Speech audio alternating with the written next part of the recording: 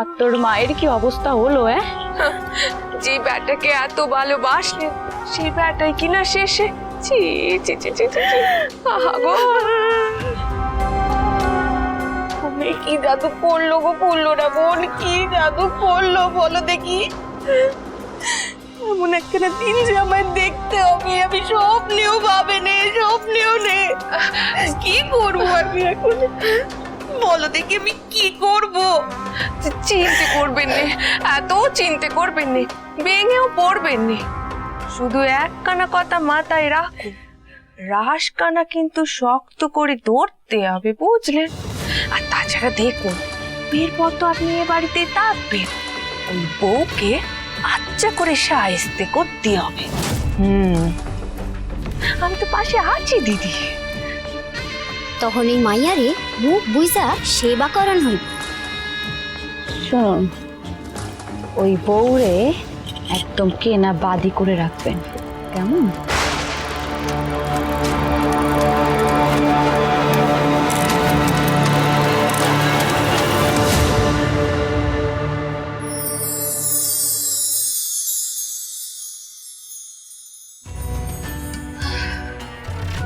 আমি উঠি, এমনিতেও এখানে আমার টাকা উচিত নেই, তারপর যে সব করে সে কান্ডি হলো, আমি আর এখানে থাকবো না, আমি আর থাকবো না এখানে। আচ্ছা ঠিক আছে ঠিক আছে, শুনুন, অত ভেঙে পড়বেন না, ওই মেয়ে আপনার প্রধানত দাসী হয়ে থাকবে। শুনুন নে, এই বোনের উপর একটুখানি ভরসা রাখুন দেখি। হ্যাঁ, একদম চিন্তা করবেন না, আপনি বরং এখান থেকে চলুন, ওইখানে এক অন্য ঘরে গিয়ে আমরা একটুখানি বসি, আর আমি দাসীদের বলছি তারা একটুখানি বাতাস করবে। আসুন দেখি, চিন্তা করবেন না, আসুন। তাহলে এবার আমায় আজ্ঞা দিন। গুরুজনেরা সকলে উপস্থিত আছেন, আমি আশা করছি সুষ্ঠুভাবে এই বিয়েখানা সম্পন্ন হবে। তুমি নিশ্চিন্তে অন্দরে যাও মা, আমি আছি। লাহিড়ী মশাই,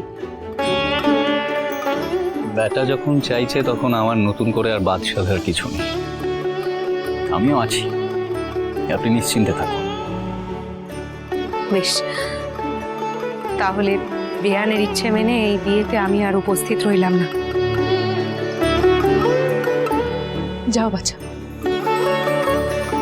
সকলকে আমার নমস্কার। চলুন লাইনি মশাই, এসো বাবা রাঘব, সবাই চলুন, বরকে বিবাহের আসরে নিয়ে যেতে হবে। আসুন আসুন আসুন। সত্য ঠাকুরপো, দয়ারাম দাদা,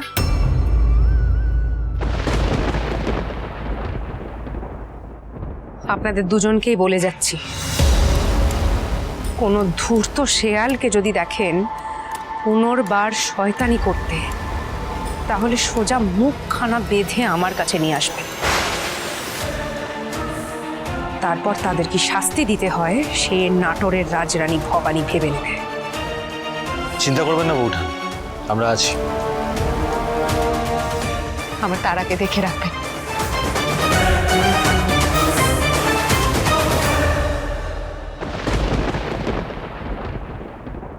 এই হিসেব তোলা রইল পেশাব ঠাকুরপো।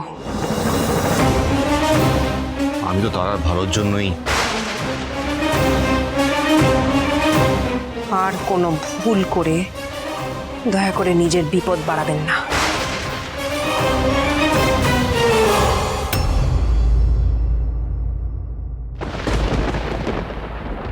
শান্ত হয়ে চুপচাপ এখন শুধু বিয়েটা দেখে যাও দেবীপ্রসাদ। বেশি কিছু করতে গেলে এখন আমাদের গর্দান যাবে, তাই কিছু করার চেষ্টা করো না, বরং ভালো মানুষের ভিড়ের মধ্যে মিশে যাও। সময় মতো আবার নতুন করে ষড়যন্ত্র সাজাতে হবে, বুঝলে?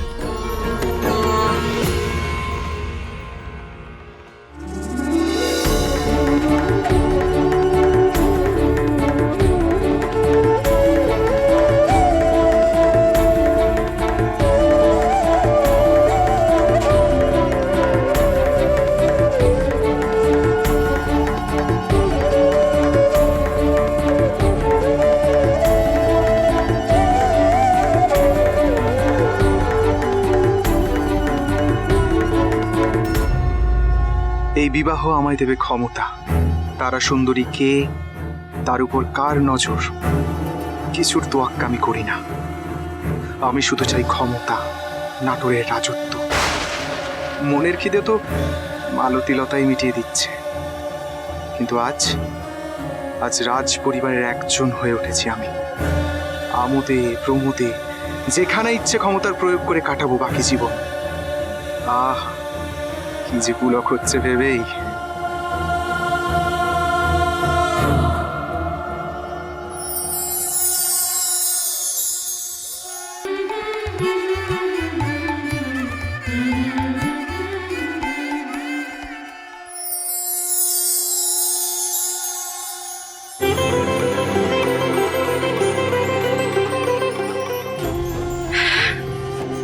এত কান্ডির পর শেষমেশ বেকানা হচ্ছে দুজনের। চন্দ্রমণি, শেষ ভালো যার, সব ভালো তার। তবে ভবানী বৌঠান বড় ভালো ছেলে নির্বাচন করেছেন, এই ভেবেই স্বস্তি পাচ্ছি। তারার মহাদেব যেন তাকে সুখী রাখেন, এই ছেলে যেন তারাকে আদরে যত্নে রাখে। ঠিক যেমন করে আমি তোমায় রাখি, আদরে যত্নে, তাই তো?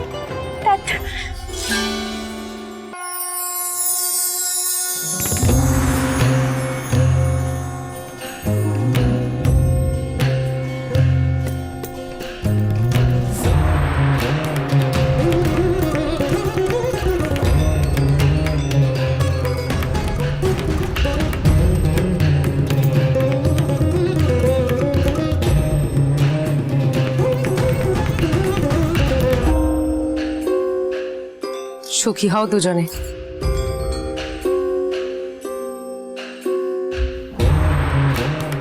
এ আমার একমাত্র মেয়ে বাবা জীবন, ওকে আদর যত্নে রেখো কিন্তু। আর আমি তোমায় কথা দিচ্ছি, নাটোরের এই রাজবাড়িতে তোমার মান দিনে দিনে বাড়বে বই কমবে না। আপনি নিশ্চিন্তে থাকুন রাজরানী, তারা সুন্দরী অনেক আদর আর যত্নেই থাকবে। এত বাধা বিপত্তি পেরিয়ে যেহেতু নাটোরের রাজপরিবারের একজন হতে পেরেছি, আমি কথা দিচ্ছি আমার কৃতজ্ঞতা স্বীকারের ক্ষেত্রে কোনোরূপ কার্পণ্য থাকবে না।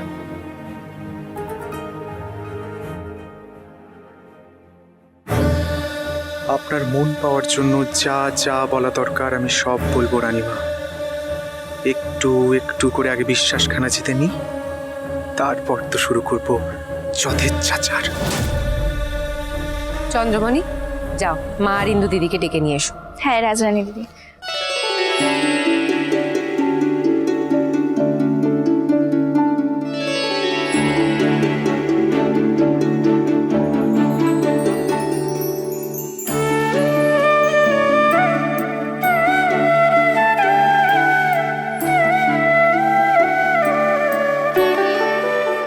যাক ভবানী মা, তোমার তো আর চিন্তের কোনো কারণ রইল নে।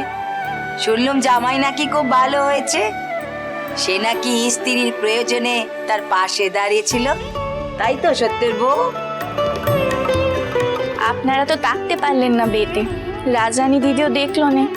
এখন মেয়ে জামাইকে ভালো করে দেখুন। কি সুন্দর লাগতেছে তারারে জামাই বাবা জীবনের পাশে। দেখেন মা, ও ছোট বউ, তোমার সই তো বড় হইয়া গেল, কি করবা ওর? কেমন লজ্জা পাচ্ছে দেখুন। আচ্ছা চন্দ্রমণি। হ্যাঁ রাজরানী দিদি।